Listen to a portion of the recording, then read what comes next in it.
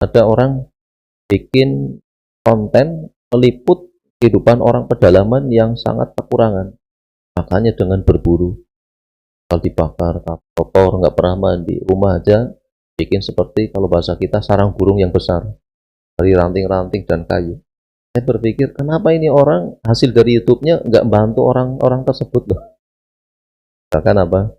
Ikan pakaian, kemudian diajari bercocok tanam misalkan, bawakan bibit pohon apa, pohon pisang, pohon singkong apa dan seterusnya. Akhirnya dia itu tidak jadi nomaden lagi, menetap, terus makanannya juga sehat, diajari sesuatu yang baik, itu kan manfaat.